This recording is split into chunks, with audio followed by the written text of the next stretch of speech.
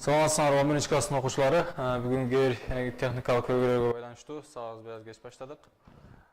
Бүгүн силер менен сызыктуу жана квадраттык барабарсыздыктар темасын бирге өтөбүз. Биз бул сызыктуу жана квадраттык барабарсыздыктар темасын силер менен бирге муну linear and quadratic equations, quadratic inequalities темасында өткөн болчубуз.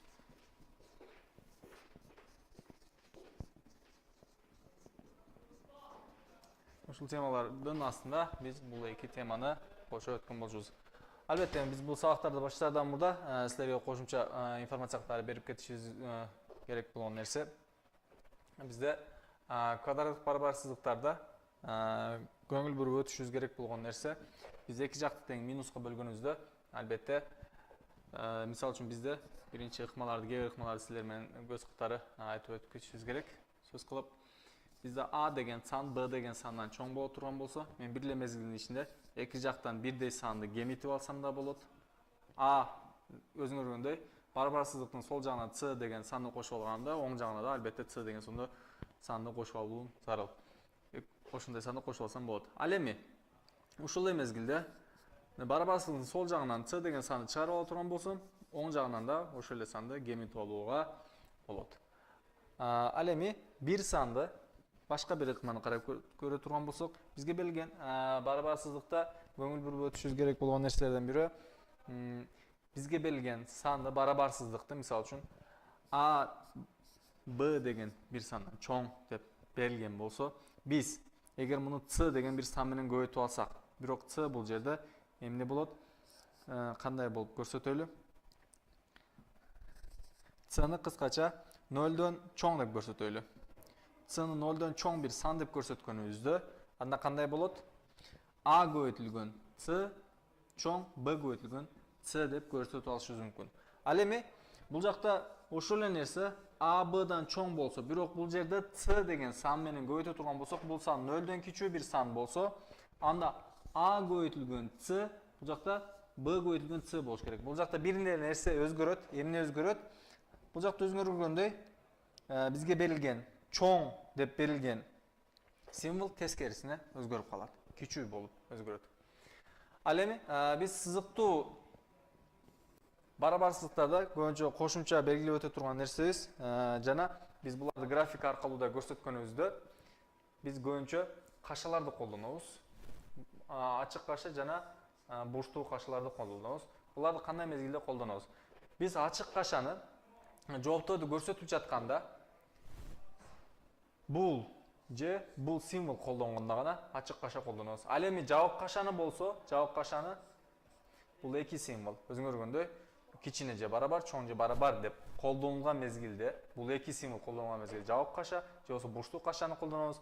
Ал эми ачык кашаны болсо, түздөн-түз чоң же кичине деп берилген символдорда албетте биз көрсөтө алышыбыз мүмкүн. Ал эми бул мындай болуп калсачы, x ошол эле нерсе 3дөн чоң же барабар деп көрсөтүлө турган болсо, мында каша жардам менен көрсөтө турган болсок, өзүңөр көргөндөй 3тү камтыганы үчүн бурчтуу каша менен жана калганы плюс чексиз түрүндө көрсөтүп алыш мүмкүн. Ар дайым чексиз болгон жак ачык каша менен көрсөтүүгө тийиштүү. Биз буларды ошол жол менен көрсөтүп, белгилеп алышыбыз мүмкүн. Биз бүгүнкү сабагыбызда ушул кашалар менен байланышкан жана квадраттык барабарсыздыктар менен байланышкан суроолорду чыгарабыз. Кыскача силерге берилген бул доскада жазуулар жазсаңыздар, каалагандар, андан кийин силер менен бүгүнкү сабагыбыздын биринчи суроосун баштайлы.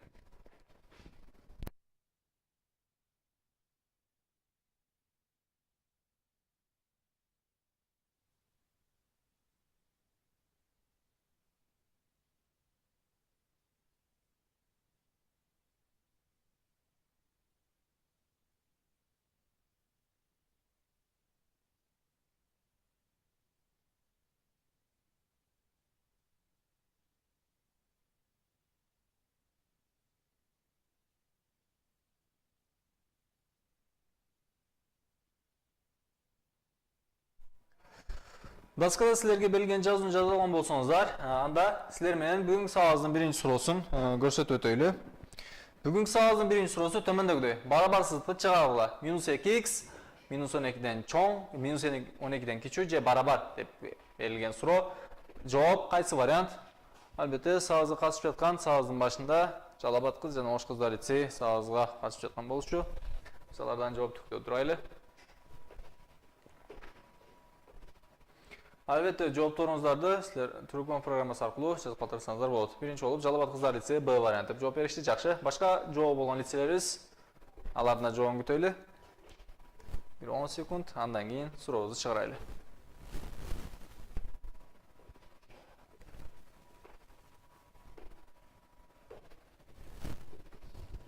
Анда эмесе силерге берген убакыт өз аягына чыкты. Биз сурообузду чыгара турган болсок, өзүңөр көргөндөй, мага берилген барабарсыздык минус 2x минус 12'den чоң же барабар деп турат.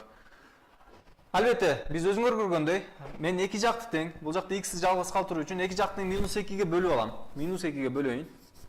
Минус 2'ге бөлгөндө минус 2x, бул жакта минус 2 менен минус 2 бири-бирин жөнөкөй өтөт. X, ал эми биз терс бир сан менен бөлгөнүбүз үчүн bir sandı barabarsızlık temasında ters bir san menen bölüp je olsa ters bir san menen bölüp je көбөйтүп ала турган болсок анда эмне болот? Алда бизге берилген символ болсо алар өзгөрөт.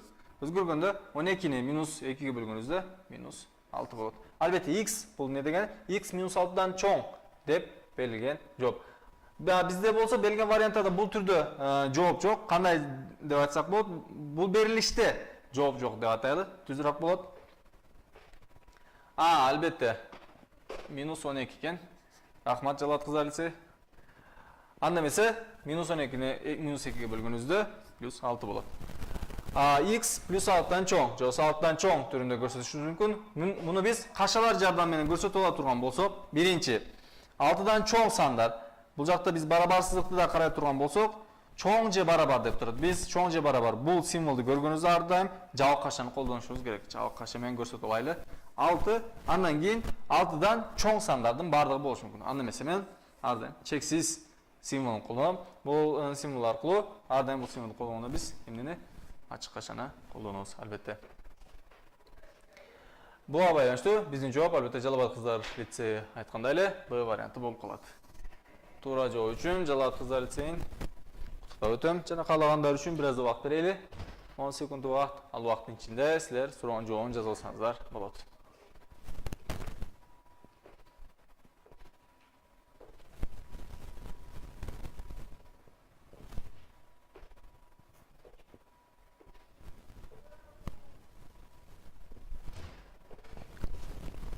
Суроонун жообун жаза алган болсоңуздар, анда кийинки суроо менен сабагыбызды улантайлы. Кийинки суроосу төмөндөгүдөй. Барабарсыздыктар системасын чагыла деп берилген суроо. Албетте бул жакта система деп берилген, өзүңөр көргөндөй. 2 барабарсыздык берилген. Бул жакта алардын жообу кайсынысы болушу мүмкүн? Жана бул типтеги суроолордо кайсы ыкманы колдонсок биз үчүн оңоюраак болот. Суроонун жообун чыгарып көргөнгө аракет кылалы. Бир аздан кийин силер менен бирге суроонун жообун бирге чыгарабыз. Жалат кыздар лицейи Д вариант дептир, жакшы. Башка жообу болгон лицейлер болсо, бир аз да күтө турайлы.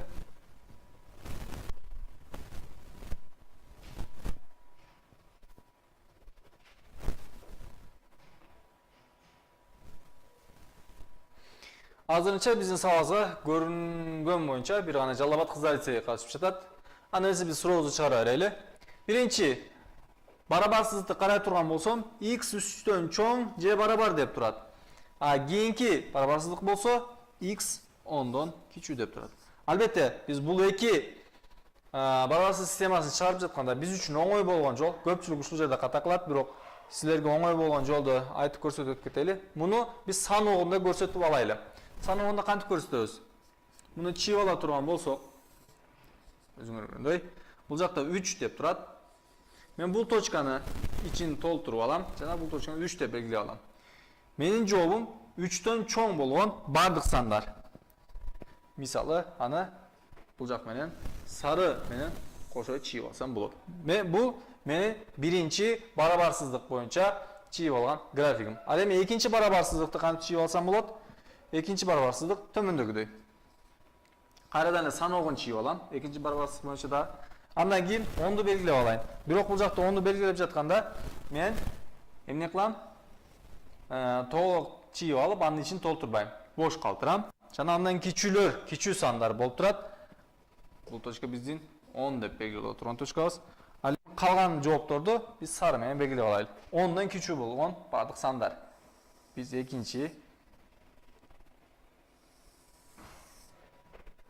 экинчи графигибиз ушундай. Ал эми бизде бул ушул эки графиктин бири-бири менен кесишкен жерлерин карап алайлы. Эки графиктин бири-бири менен кесишкен жерлерин карап алып турган болсок, бул жакта 3 точкасынан 3 деп белгилген чекит менен 10 деп белгилген чекиттин арасындагы регионду, мына сары деп чийилген жерлерди карай турган болсок, ушул жерде бул эки графика бири-бири менен кесилишет. Анда эмесе биздин жооп ошол кесилишкен жер болуп калыш керек. Анда эмесе 3 толук ичи боелгон үчүн мен аны кантип көрсөтүп алсам болот? Жабык каша менен көрсөтүп алсам болот. 3 деп. Ал эми 10 бул жагы. Муну жазып алам, а бул жагы ачык каша менен көрсөтүп алышыбыз мүмкүн. Анда эмесе бул сурообуздун жообу албетте кандай болуп калат? Б варианты болуп калат. Бул вариант жок, Б вариант эмес, Д варианты болуп калат экен. Себеби Б вариантында 10да жабык каша менен көрсөтүшкөн. Д варианты албетте жалал кыздар лицейи көрсөткөндөй, бул сурообуздун туура жообу Д варианты болуп калат. Жана жалал кыздар лицейинин сабакта активдүү катышып жатканы үчүн куттуктайм, жана жооп жазып алыш үчүн бир аз да убакыт берем. Албетте бул типтеги суроолор чыгарып жатканда биздин көпчүлүктүн кылган катасы кашаларда көбүнчө ката кетирип алабыз. Ачык кашабы же жабык кашабы же бурчтук кашабы ошол жерге көңүл буруп өтүүбүз зарыл деп ойлойм. Жана мындай суроолордо көбүнчө ката кетирбеш үчүн эң оңой жолу кыскача оңой жол менен график тартып алып, график аркылуу жоопту белгилеп алсак өзүбүзгө оңойрок болот деп ойлойм. Сурообуздун жообун жазып алган болсоңуздар, анда кийинки суроо менен сабагыбызды улантайлы. Кийинки сурообуз төмөндөгүдөй. Барабарсыздыкты чыгаргыла деп берилген суроо. X квадрат плюс 4x минус 5 нөлдөн чоң деп турат. Бул квадраттык барабарсыздык деп айтып кетсек болот. Жана бул квадраттык барабарсыздыкта жообубуз эмне болот? Жана мындай суроолорду кандай чыгара алабыз? Албетте, бул суроону силер жообун карап көрсөңүздөр, андан кийин бир аздан силер менен суроонун жообун, же болбосо бул типтеги суроолорду кантип чечмелешибизди көрөбүз.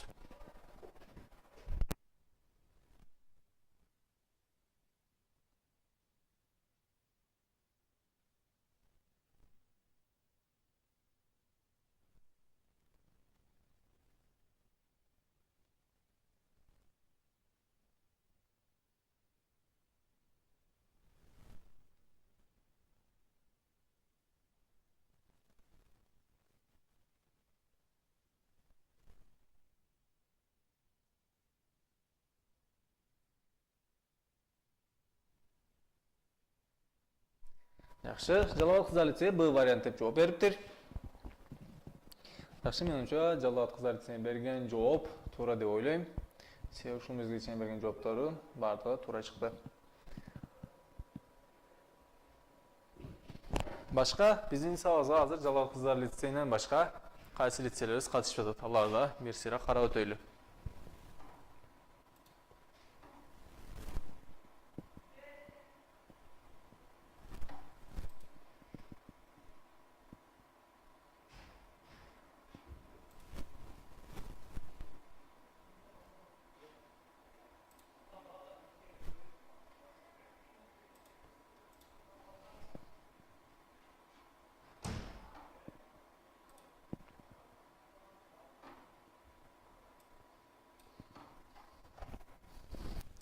Азырынча сабагыбызда бир гана жалал кыздар лицейи катышып жатат. Мейли, анда эмесе сурообуздун жообун чыгарайлы.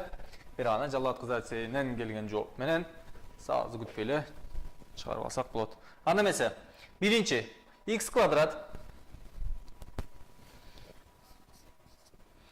плюс 4x минус 5 нөлдөн чоң экен. Анда эмесе мен мага берилген квадраттык барабарсыздыкты жалпы бөлүшүүнү таба алайын. X квадрат менен x көбөйтүлгөн x деп жазсам болот. Ал эми минус 5 болсо плюс 5 көбөйтүлгөн минус 1 түрүндө жазып алсам болот. Албетте булар бири менен көбөйткөнүбүздө плюс 5x ал эми минус x болот. Бул жактан өзүң көргөндө плюс 4x. Анда эмесе мен мага берилген теңдемени экинчи мүчөсү менен суммасы 1 чыкты. Анда мен x плюс 5 көбөйтүлгөн x минус 1 0'dan чоң экен деп белгилеп айтып өтүп кетишим мүмкүн. Анда эмесе x плюс 5 0'dan чоң же болбосо x минус 1 0'dan чоң деп белгилеп алсам болот. Анда эмесе x минус 5'ten чоң, ал эми кийинкисин болсо x 1'den чоң деп белгилеп алсак болот.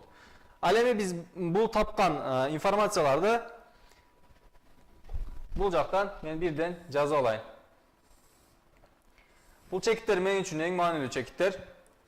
Биринчи x плюс 5, кийинкиси x минус 1. Ал эми бул экөөнүн көбөйтүндүсүн мен fx же болсо функция бул экөөнүн көбөйтүндүсүн fx менен белгилеп алсам болот. Ал эми мен тапкан чекиттер болсо, бул чекиттер бирөө минус 5 чекити, ал эми экинчиси болсо 1 чекити болчу. Минус 5 чекити жана 1 чекити. Ал эми x плюс 5 качан оң сан болот экен, же болсо 0'dan чоң болот? Албетте 5'ten чоң болгон кезде, ал эми 5ке чейин, минус 5ке чейин болсо, кандай болуп келет? Минус болуп келет экен. Бул чекитке чейин, албетте бул жакта минус 5'ten кийин плюс болуп кетет. Ал эми x минус 1 деп алынган жерде болсо, x 1'den чоң болгон кезде гана плюс болот, же болсо оң болот. Ал эми андан кичүү кездерде ар дайым минус болуп кетет экен. Ал эми бул экөөнүн көбөйтүндүсүн карай турган болсок, минус көбөйтүлгөн минус плюс, ал эми плюс көбөйтүлгөн минус, минус, ал эми плюс көбөйтүлгөн плюс, өтө плюс болот. Ал эми бизден суралган нерсе, кандай жерде карашыбыз керек? 0'dan чоң болгон жерде карашыбыз керек. 0'dan чоң болгон кездер кайсы кездер? Албетте плюс болгон же болсо оң болгон кездер. Анда эмесе биз бул жер менен бул жерде карап алышыбыз керек. Албетте бул жер кайсы жерлер? Бул жак минус чексиз, ал эми бул жак плюс чексиз болгонуна караганда менин жообум. Ар дайым биз чексизди ачык каша менен белгилеп алабыз. Минус чексиз жана минус 5. Ал эми минус 5 чоң, бул жакта бул символ колдонгон үчүн ачык кашаны колдоном бул жерде. Union. А кийинкиси болсо 1 үчүн да ачык кашаны колдоном, себеби бул жакта өзүңөр көргөндөй мага берген символ аркылуу 1 жана чексизди көргөндө чексизди ар дайым ачык кашаны колдоном. Албетте бул суроодун туура жообу Б варианты болуп калат. Жалал абад кыздар лицейин куттуктап өтөм. Жана бул суроонун жообун жазып алыш үчүн бир аз да убакыт берем. Андан кийинки суроо менен сабагыбызды улантабыз.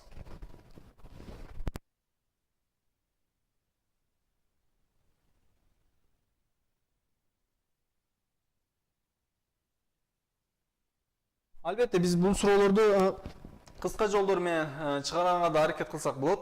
Бирок көбүнчө биз бул суроолорду варианттар аркылуу чыгарганга аракет кылганыбызда каталар кетирип алышыбыз мүмкүн. Ошол себептен эң оңой жолу колдонуп бул жакта таблица чыйып алып, таблица аркылуу чыгарган оң болот деп ойлойм.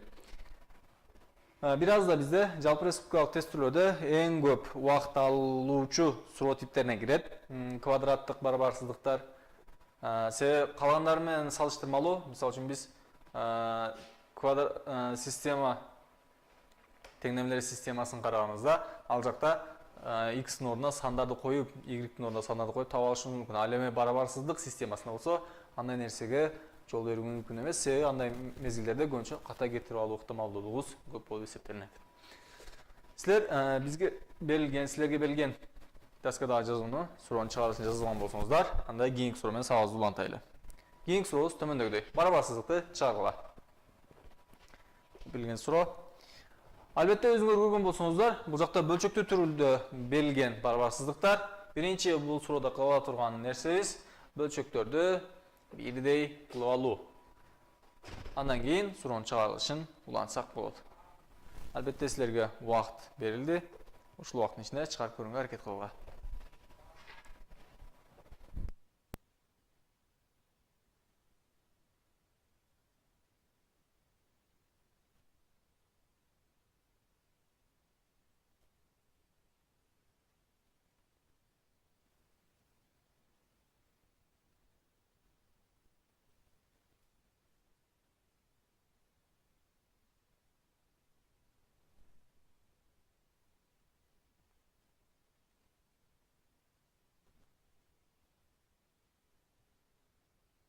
Жалал абад кыздар лицейи бул суроо үчүндө С варианты деп жооп бериптир. Жакшы. Анда эмесе биз бул суроону чыгарып көрсөк болот.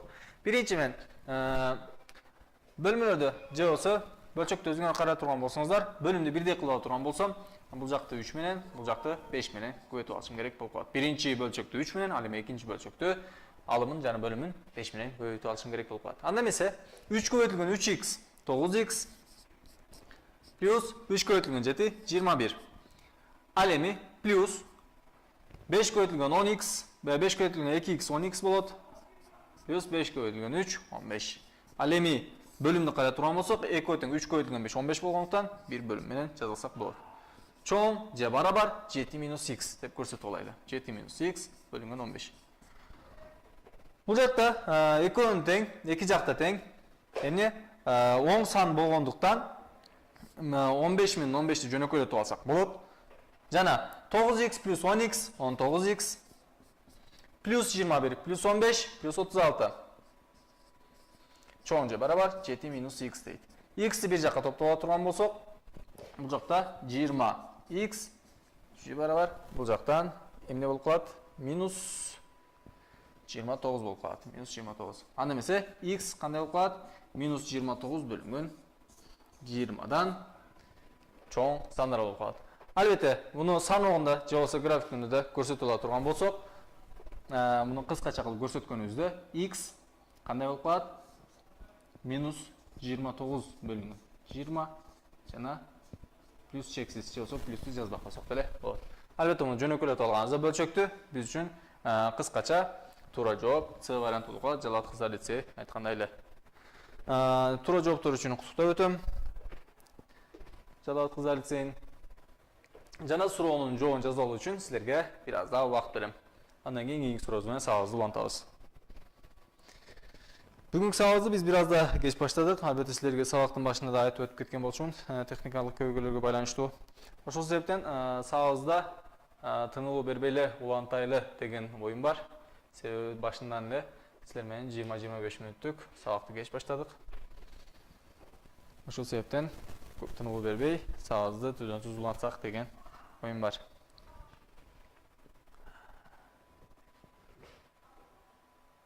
Албетте силер доскадагы жазуун жазып алган болсоңуздар, суроонун чыгарылышын анда эмесе сабагыбызды улантсак болот. Кийинки сурообуз төмөндөгүдөй. Барабарсыздыкты чыгаргыла. 3x квадрат плюс 5x минус 8 0дөн чоң же барабар деп берилиптир.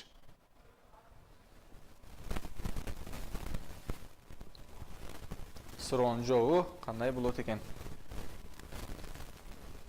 Албетте, биз бул типтеги квадраттык барабарсыздыктарды чыгарып жатканда, кайрадан эле эскертип өткен биз үчүн оңой болгон жолдордун бирөө таблица методу аркылуу биринчи квадраттык барабарсыздыкты жалпы бөлүүчүлөрүн таап алуу, андан кийин ал жалпы бөлүүчүлөрүнө байланыштуу тамырларды белгилеп алып, андан кийин аларды таблицага түшүрүп, суроонун жообун карап көрсөк оңойраак болот деп ойлойм. Жалал кыздар лицейи кайрадан эле суроону чыгарышты, жакшы. Анда эмесе бул суроону чыгарып көрөйлү. Биринчи 3x квадрат плюс 5x минус 8. 3x квадрат плюс 5x минус 8 0дөн чоң же барабар. 3x квадратты жөнөкөйлөтүп алсак, 3x жана x, ал эми минус 8ди жөнөкөйлөтүп алсак, 8 көбөйтүлгөн минус 1 түрүндө жөнөкөйлөтүп алсак болот. Анда эмесе буларды бири-биринен көбөйтүп көргөнүздө 8x, ал эми минус 3x, бул экөөнүн суммасы плюс 5x болот. Өзүңөр көргөндөй экинчи мүчө менен булардын суммасы бирдей болгон үчүн мен 3x плюс 8 мага берилген барабарсыздыкты 3x плюс 8 көбөйтүлгөн x минус 1 түрүндө жөнөкөйлөтүп же болбосо жалпы бөлүүчүнө бөлүп алышым мүмкүн. 0дөн чоң. Жана биз бул жактан ар бири үчүн берилген ар бир бөлүүчү үчүн же болбосо жалпы бөлүүчү үчүн биз бир тамыр таап алабыз. 3x плюс 8 0дөн чоң же барабар. Анда эмесе 3x 8 минус 8ден чоң же барабар. X болсо x минус 8 бөлүнгөн 3 түрүндө белгилеп алышыбыз мүмкүн. Ал эми экинчи бөлүүчүнү x минус 1 деп карап турган болсок, x минус 1 0дөн чоң же барабар, бул жактан x 1ден чоң же барабар түрүндө көрсөтүп алсак болот. Ал эми бул эки жалпы бөлүүчүндө биз таблицага түшүрүп алайлы.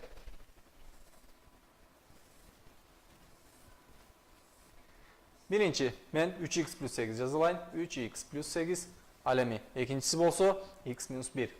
Жана бул эки жалпы үчүн көбөйтүүнүсү болсо fx түрүндө көрсөтүп алайлы. Алардын тамырлары минус 8'den 3 жана 1 деп белгилеп алайлы.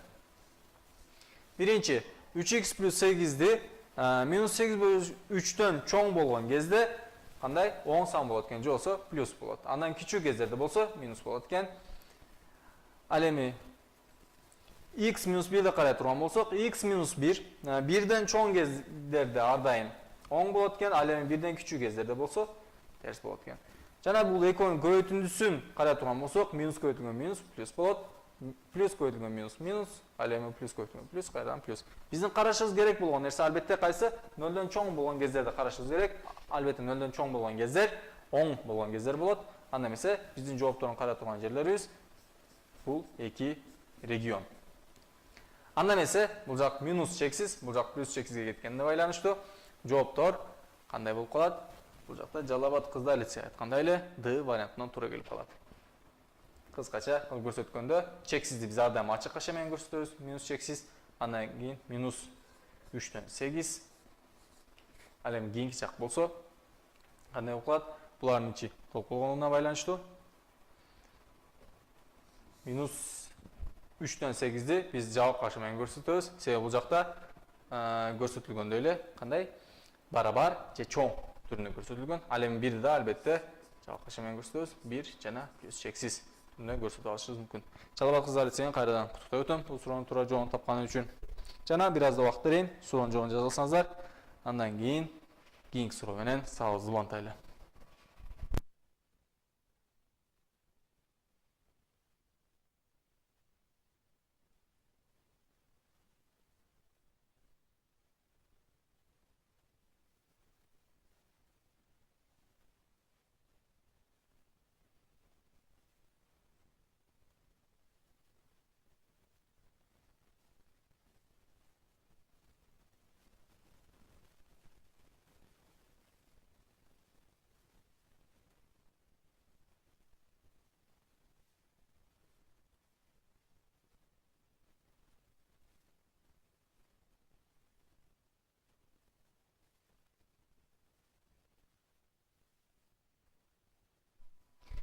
Суроонун жообун жаза алган болсоңуздар, анда кийинки суроо менен сабагыбызды улантайлы.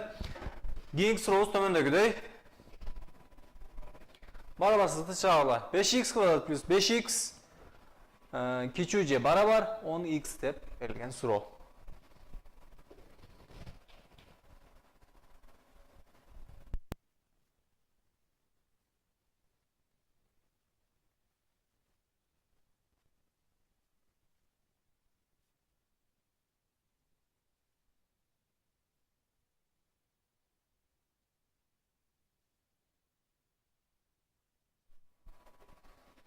Албетте бул бир мурдагы суроога караганда бир аз да өзгөчөлөнүп турат. Бирок ал өзгөчөлүк силер да өзүңөр сезген болсоңуздар керек, көргөн болсоңуздар керек. Силер үчүн оңой суроо деп ойлойм бул суроо. Жана жообуңуздарды күтүп калам.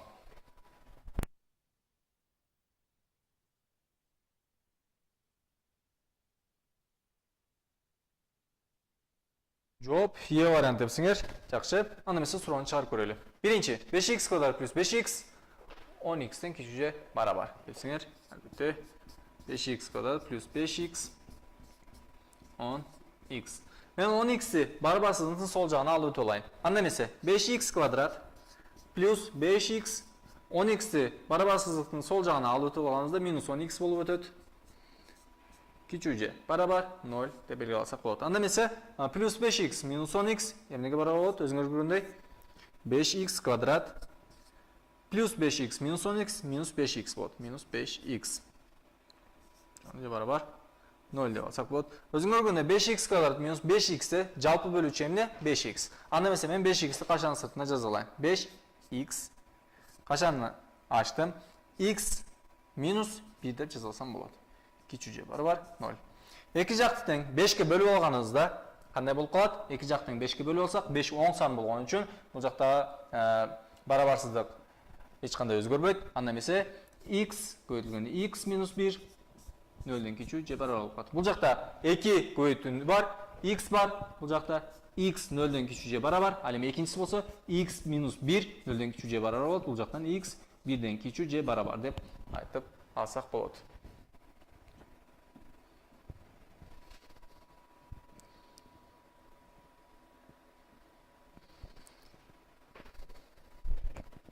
Albatta, surov chiqqan surovlarimiz.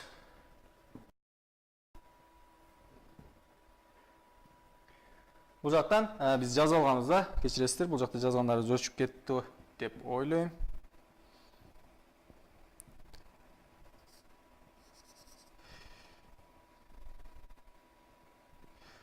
Бұл жақта біз қандай деп жазалдық еле?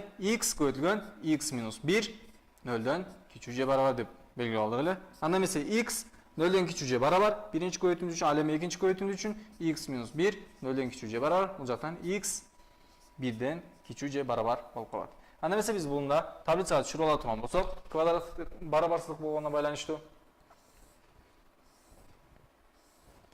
Біріншісі x болчу, екіншісі x минус 1, ал эми бұл екінің көйтіндісін мен fx деп белгілеп алайын. Жана біздің бірінші шектеуіміз 0, ал эми екіншісі болса 1 бола тұрған болса, бірінші x қарай тұрған болсақ, 0-ден кичүү кездерде минус, жоқса терс сан болып қалады, ал эми 0-ден чоң кездерде оң сан плюс болып қалады. Ал эми x минус 1-ге байланыштуу сандарды қарай тұрған болсақ, 1-ден кичүү кездерде терс сан, 1-ден чоң кездерде оң сан болып қалады. Жана бұлардың екінің көйтіндісін қарай тұрған болсақ, минус көйтілген минус плюс, ал эми плюс көйтілген минус минус, плюс көйтілген плюс қайдан плюс болып қалады. Ал эми біздің қарашымыз керек болған нәрсе 0-ден кичүү болған кездер. Ал қайсы кездер болып қалады? Албетте 0 менен 1-дин арасындағы кездер болып қалады. Бұл сұрау үшін тура жооп қайсы?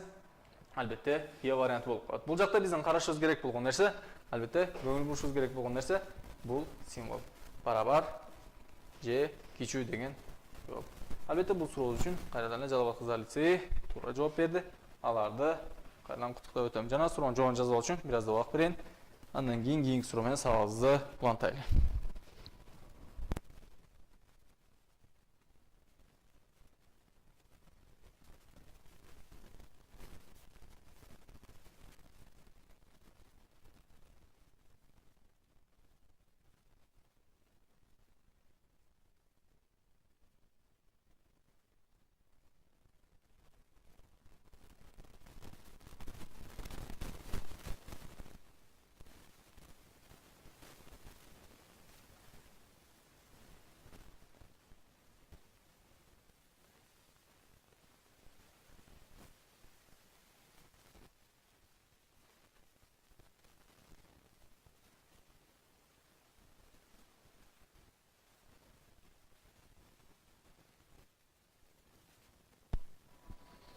Суроонун жообун жазылган болсоңуздар, анда кийинки суроо менен сабагыбызды улантайлы. Кийинки суроо төмөндөгүдөй. Барабарсыздыкты чагыргыла деп келген суроо. 2x плюс 1 көтүлгөн 1 минус x көтүлгөн x минус 5 0-ден кичүү. Бул жакта өзүңөр көргөндөй, силер жалпы бөлүүчүлөрүнү бирден-бирден карап чыгууга тийиштүү эмессиңер, бизге түздөн-түз жалпы бөлүүчүлөр белгиленген. Анда эмесе биз көйтүмдөргө карап суроонун жообун тапканга аракет кылсак болот.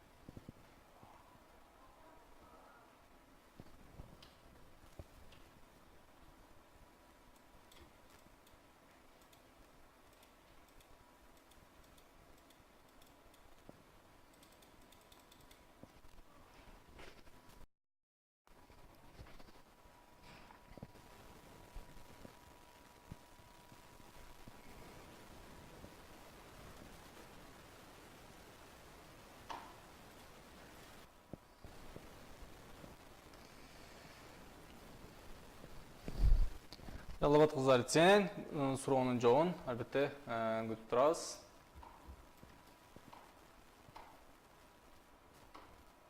Алардан кандай жооп келер экен?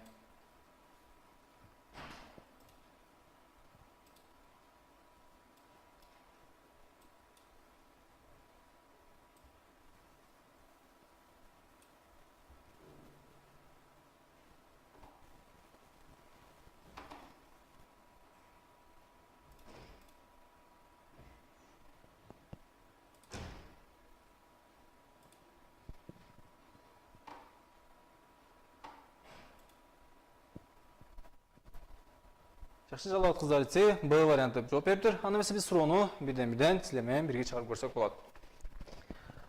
Анда эмесе бул сурообузда карап өтүшүбүз керек болгон нерсе биринчи бизге берилген ар бир көбөйтүүлөр же болбосо жалпы көбөйтүүлөр берилген. Биз аларга байланыштуу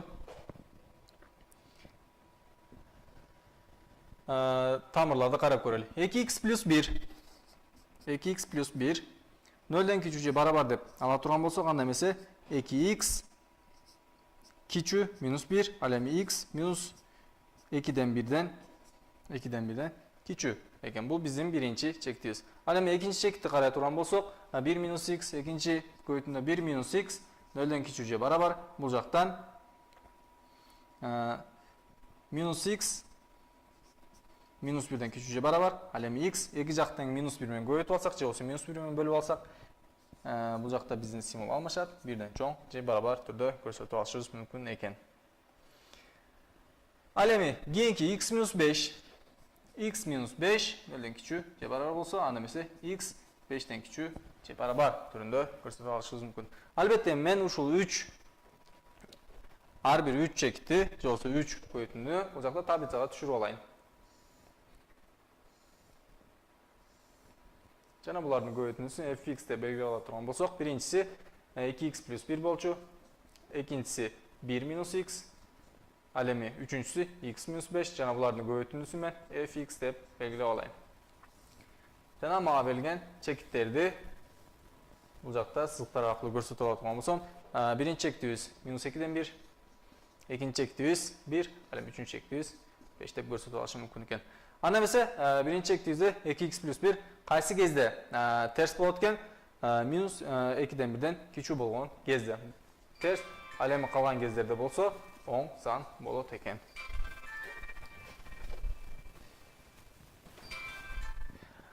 Ал эми кийинки 1 минус x менен байланышкан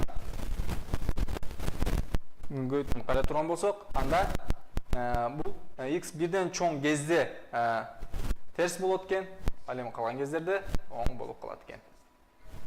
Ал эми x минус 5-ти карай турган болсок, x 5-ден кичүү кездерде терс, ал эми 5-ден чоң кездерде болсо эмне болот экен? Оң болот экен. Жана булардын көбөйтүүнүсү fx карай турган болсок, минус көбөйтүлгөн плюс эмне болот? Минус көбөйтүлгөн минус кайрадан плюс болуп калат. Ал эми кийинкисинде минус плюс көбөйтүлгөн плюс көбөйтүлгөн минус. Ал эми кийинкисилерин карай турган болсок, плюс көбөйтүлгөн минус көбөйтүлгөн минус кайрадан плюс болуп калат. Ал эми акыркысы плюс көбөйтүлгөн минус көбөйтүлгөн плюс кайрадан минус. Ал эми менин карашым керек болгон чекит оң болгон жерби же болбосо терс болгон жерлерби? Албетте 0-ден кичүү болгонуна караганда терс болгон жерлерди карап алышым керек. Терс болгон жерлер боелгон региондор деп айтып алсак болот экен. Ал эми боелгон региондорду карай турган болсок, биринчиси минус 2-ден 1 жана 1 жана 5 жана плюс чексиз түрүндө белгилеп алсак болот экен. Албетте бул суроонун жообун кайрадан Жалауат кыздар лицейи туура жооп беришти. Аларды уктап өтөм. Жана бул суроонун жообун жазып алуу үчүн силерге бир аз да убакыт берем.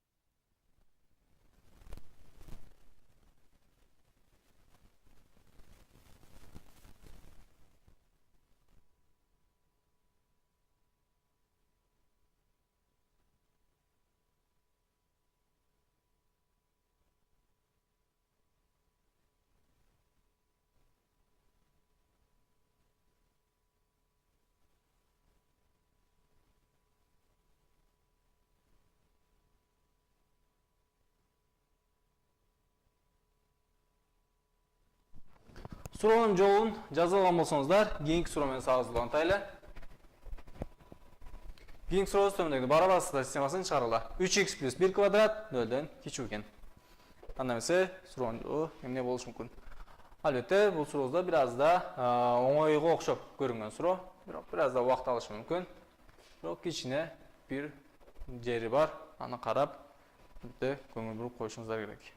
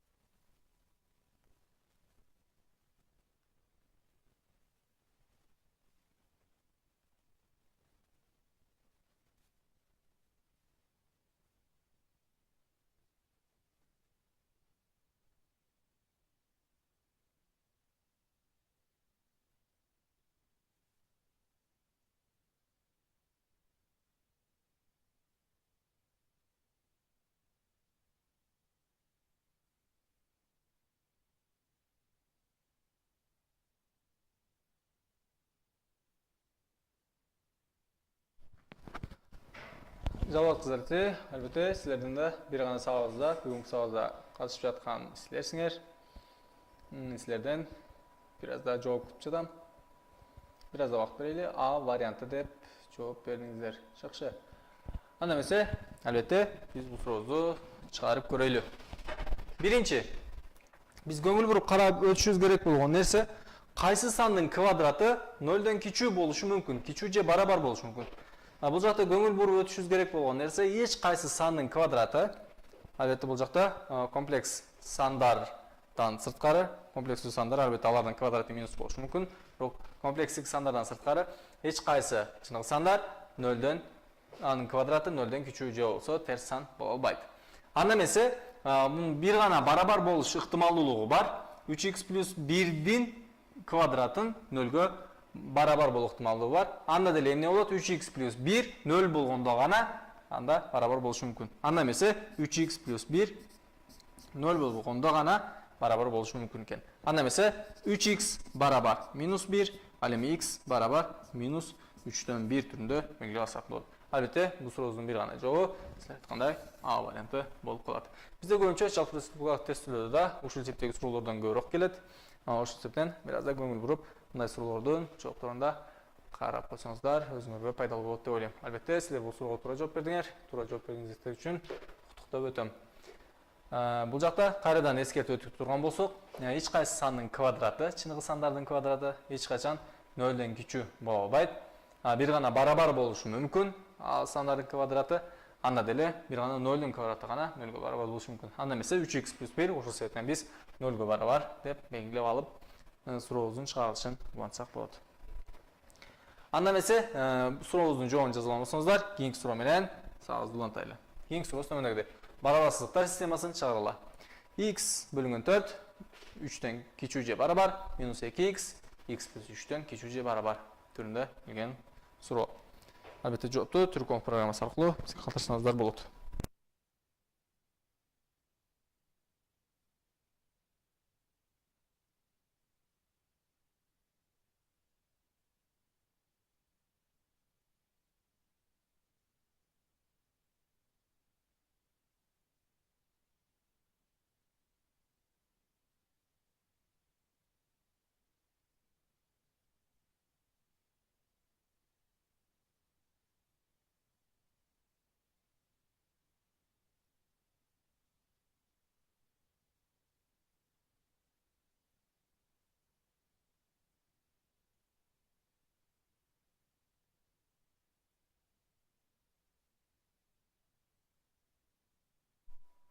Кайсы вариант сурообуздун туура жообу?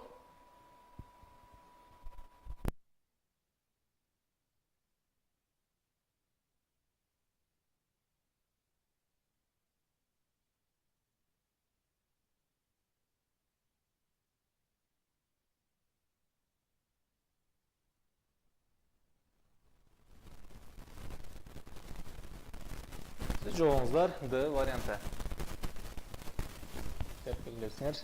Анда эмесе биз суроону чыгарып көрөлү. Албетте биз бул суроону чыгарып жатканда көңүл буруп чыгарышыбыз керек болгон чектер. Мен биринчи барабарсыздыкты карап турган болсом, x бөлүнгөн 4 3дөн küçük боло турган болсо, эки жакты мен 4 менен көбөйтүп алганымда 4 оң сан болгон үчүн эмне болот? Бизге берилген барабарсыздык өзгөрбөйт. 4 менен 4 бул жакта барабарсыздыктын сол жагында бири-бирин жөнөп келет. Анда эмесе x 12ден кичүү деп белгилеп алышым мүмкүн экен. Бул биздин биринчи барабарсыздык. Ал эми экинчи барабарсыздыкты чыгара турган болсок, экинчи барабарсыздык болсо минус 2x x плюс 3дөн кичүү же барабар. Бул жакта x'ти бир жакка алып турган болсок, минус 2x минус x минус 3x болот. Кичүү же барабар 3 деп белгилеп алсак, эки жактын минус 3 менен бөлгөнүбүздө x бул жакта эки жактын минус 3 менен бөлгөнүбүз үчүн минус 3 0дон кичүү бир сан, анда эмесе барабарсыздык өзгөрөт жана бул жакта минус 1 болуп калат. Эми өзүңөр көргөндөй, эки менде бар система бар. Бул системаларды график аркылуу чийип көрсөтүп алайын. Биринчисин көрсөткөнүмдө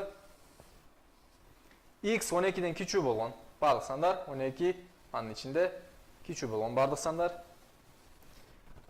Аны жалпы мен сары менен чийип көрсөтүп турган болсом, ал эми экинчи барабарсыздыкты болсо x минус 1ден чоң болгон бардык сандар.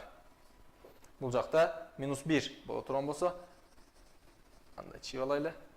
Минус 1 жана андан чоң сандар.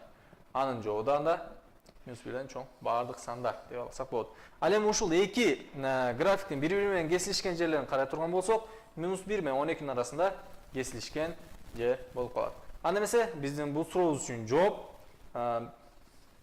минус 1 жана 12дин аралыгындагы жер болуп калат. Албетте бул сурообузда кандай болуп бизде берилген варианттардын ичинде туура жооп жок. Анда эмесе бул сурообуздун туура жообу берилген варианттардын арасында болбогонуна байланыштуу биз муну минус 1 жана 12дин аралыгында, минус 1 жана 12дин да камтылган аралыкта деп айтып өтүп кетишибиз мүмкүн. Жана суроонун туура жообун жазып алуу үчүн силерге бир аз да убакыт берейли.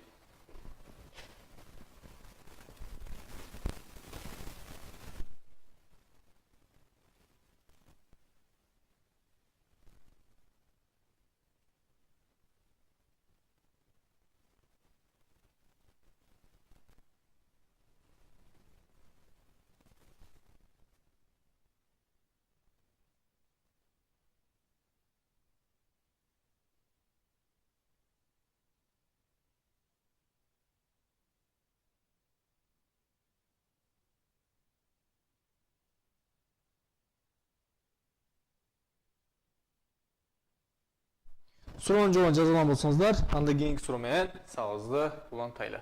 Кийинки сурообуз төмөндөгүдөй. Барабарсыздыктар системасын чыгаргыла жана эң кичине бүтүн чыгарылышын тапкыла деп берилген суроо. Бул жакта бизде эң кичине бүтүн чыгарылышын табуубуз зарыл бул суроо үчүн.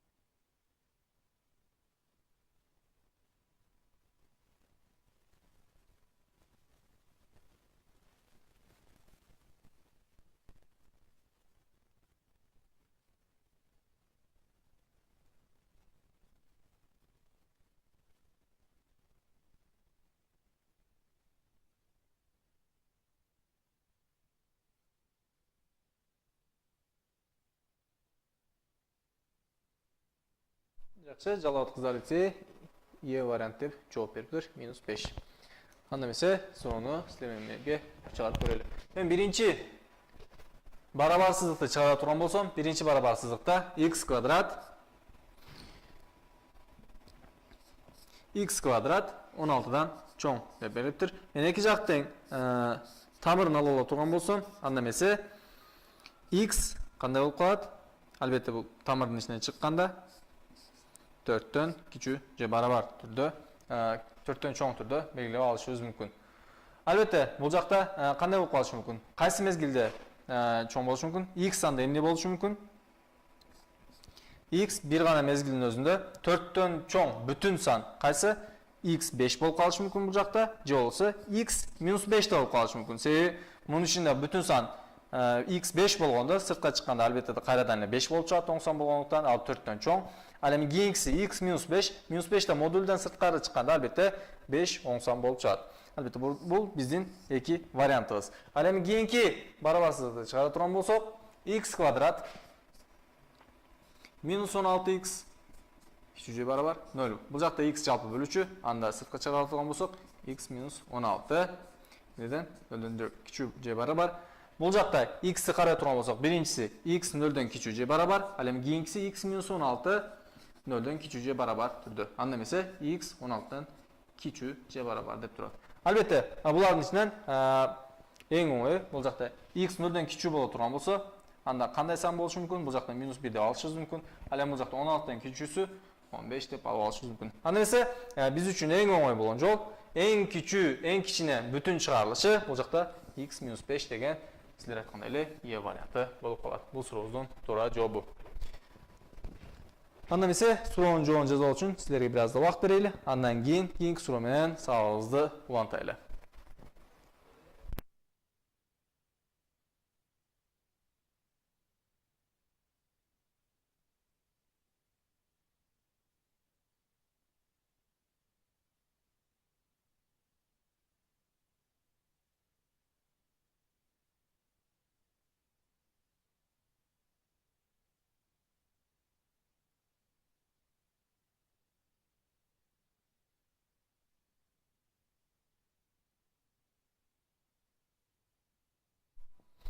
Суроонун жообун жазып алган болсоңуздар, анда эмесе кийинки суроо менен сабагыбызды улантайлы.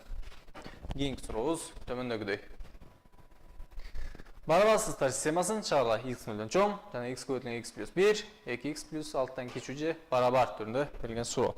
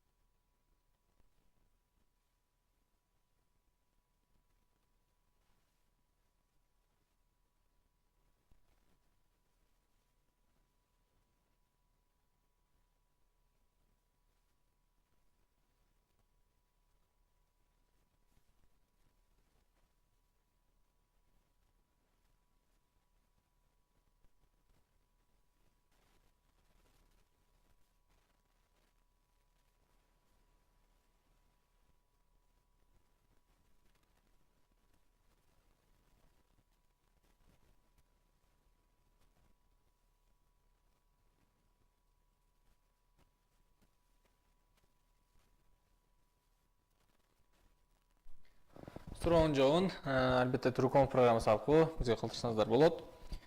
Силерге калтырган жообуңуздарга байланыштуу биз да суроонун жообун суроону чыгаргандан кийин силерге албетте айта алабыз.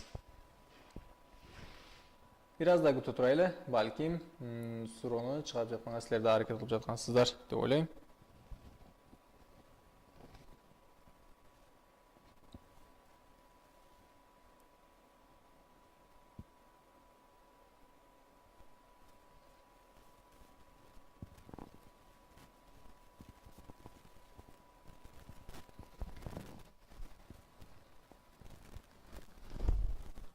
Жақшы, азанча Б вариант деп жооп берипсиңер. Анда эмесе суроону чыгарып көрөлү. Биринчи суроодон эле түздөн түз биринчи берилген барабарсыздыктан x нөлдөн чоң деп дайыр эле жооп турат. Ал эми экинчи барабарсыздыкты чыгара турган болсок, экинчи барабарсыздыкты мен биринчи качан ачып алам. X көбөйтүлгөн x плюс 1 2x плюс 6дан кичүү же барабар экен. Анда эмесе x квадрат плюс x 2x плюс 6дан кичүү болсо, мен 2x плюс 6-ны барабарсыздыктын сол жагына алып өтүп алам. X квадрат плюс x минус 2x минус 6 нөлдөн кичүү же барабар болуп калат. Анда эмесе x квадрат плюс x минус 2x минус 6 нөлдөн кичүү же барабар. Бул жактан жалпы бөлүүчүдөн карай турган болсок, x минус 3 жана плюс 2 түрүндө карап алсак болот. Жана жалпы бөлүүчүлөрү карап өткөнүбүздө x минус 3, бул жактан булар бири-бири менен көбөйткөнүбүздө минус 3x плюс 2x, бул экөөнүн суммасын караганыбызда минус x. Албетте биздин экинчи үчөө менен булардын суммасы бирине бирдей. Анда эмесе мен мага берилген барабарсыздыкты x минус 3 көбөйтүлгөн x плюс 2 нөлдөн кичүү же барабар түрүндө жалпы бөлүүчүлөрүн көрсөтүп алышым мүмкүн. Анда эмесе x минус 3 нөлдөн кичүү же барабар. Анда эмесе x 3дөн кичүү же барабар. Ал эми x плюс 2 нөлдөн кичүү же барабар, x минус 2ден кичүү же барабар дейт. Албетте мен мага берилген биринчи барабарсыздыкты графигин чыгып ала турган болсом, биринчисинде нөлдөн чоң бардык сандар.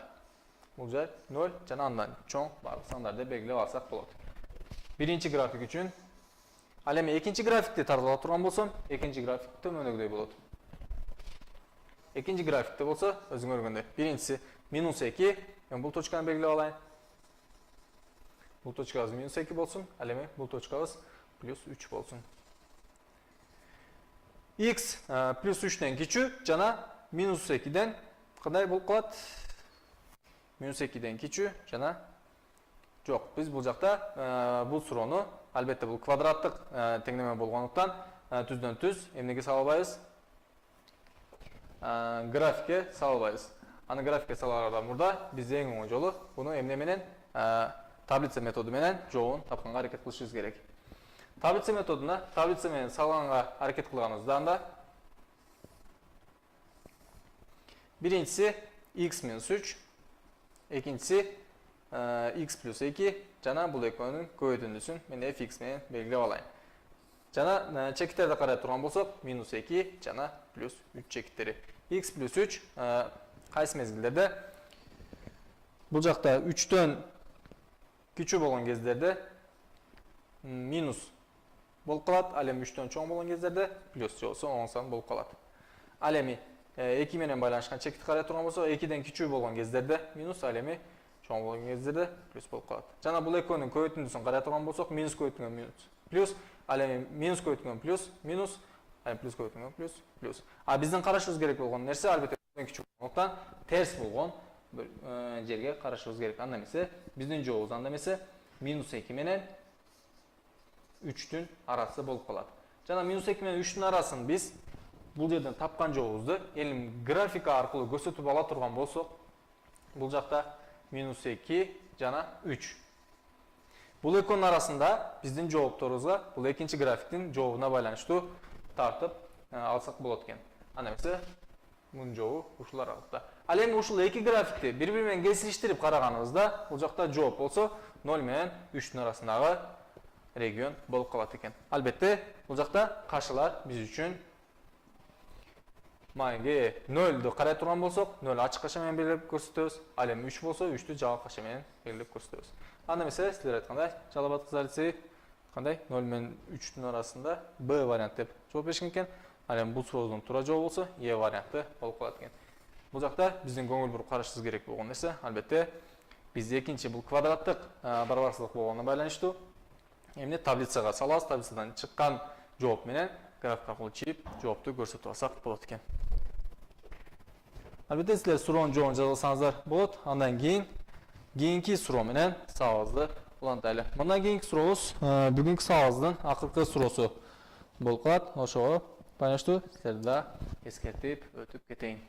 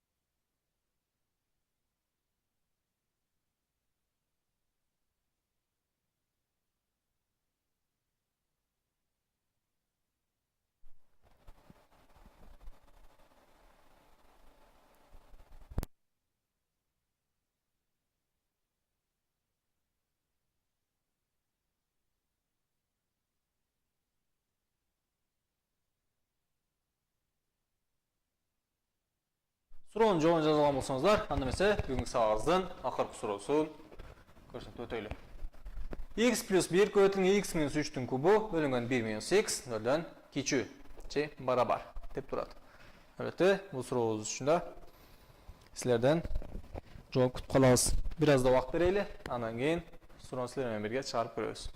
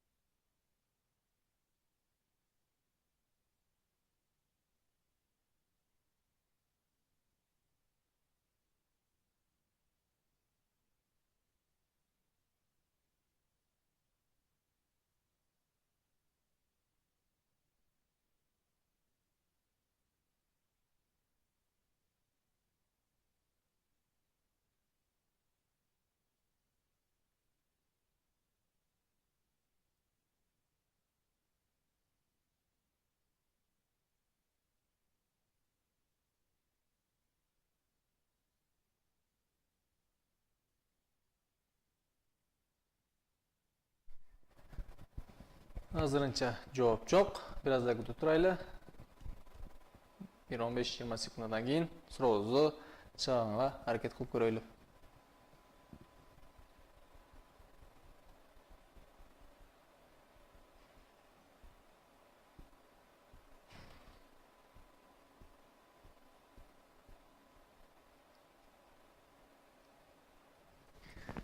Анда эмесе биз суроону чыгарайлы. Албетте бул суроодо өзүңөр көргөндөй эле жалпы бөлүүчүлөр түздөн түз берилген. Анда эмесе мен жалпы бөлүүчүлөргө байланыштуу суроону чыгарып көргөнгө аракет кылайын.